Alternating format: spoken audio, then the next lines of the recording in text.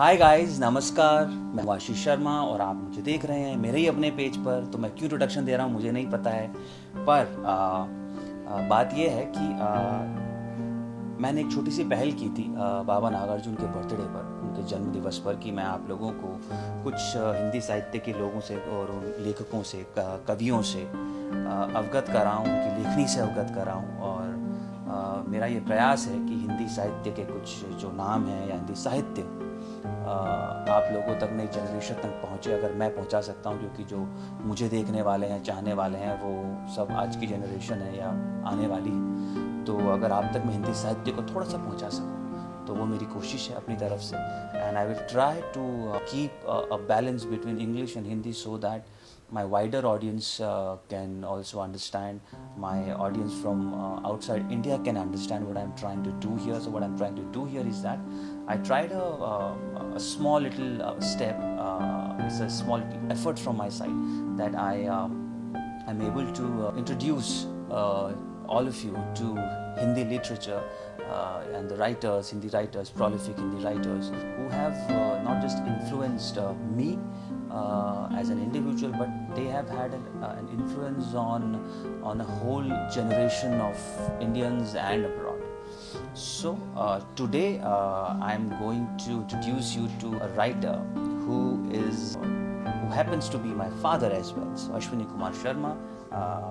And he's a poet, and I've seen him, as you all know that he's an retired administrative officer from government services now, and all his life he was busy with his administrative services, and his job was such that he was transferred every now and then. Every 6 months he was transferred to another place, and he used to travel a lot. But amidst all that, he was able to write poetry. And he was writing it even before he started his job, even before he graduated. So he started it all when he was in school, and I think very, very young. And I still remember a green diary he had. एक हरे रंग की diary थी उनके पास, जिसके अंदर वो अपने सारे अनुभव लिखते थे. The whole experiences of life he used to write in that diary, and I still remember that diary. And I'm happy that he continued. That's the passion, and that's the zest, that he continued writing even with all the work pressure around. Though he didn't have much time, but he still kept on writing. And now today, what he has done, some 5 compilations, published compilations who've come out. So but the best thing about writing, a lot many people asking, how do we write?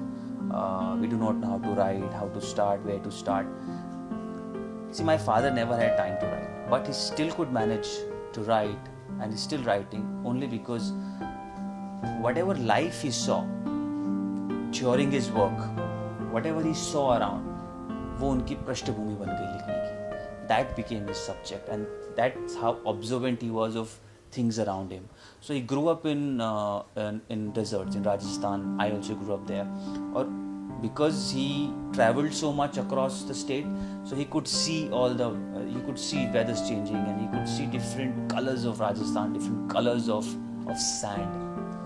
तो रेत के अलग अलग जो कण हैं, उनके जो अलग अलग रंग हैं, उनको उन्होंने देखा और अपने अंदर जज्ब किया, और उससे निकली ये किताब रेत रेत धड़कन.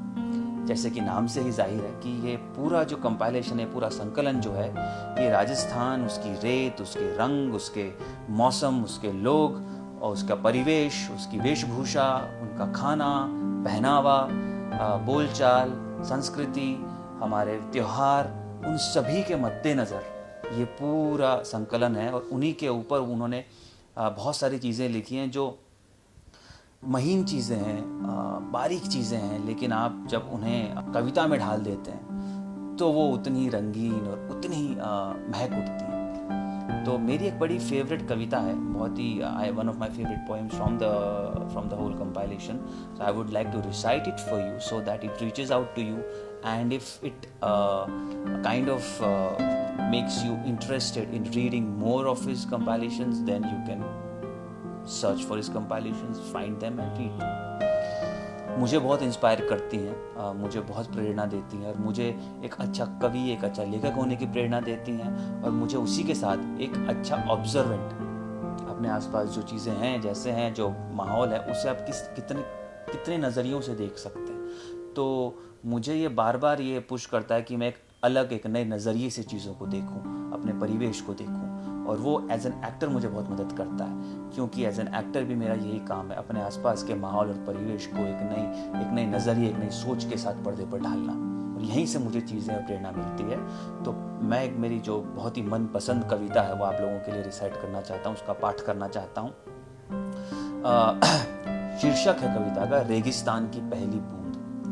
जैसे कि शीर्षक से ही आप समझ सकते हैं कि रेगिस्तान की धरती पर जब पहली बूंद गिरती है तो उसका अपना एक अलग चाव, उसकी अपनी एक अलग महत्ता होती है। रेगिस्तान की पहली बूंद, जब भी पड़ेगी पहली बूंद महक उठेगा रेगिस्तान दिव्य गंध से। कोई उपमा नहीं, कोई सानी नहीं इस दिव्य गंध का।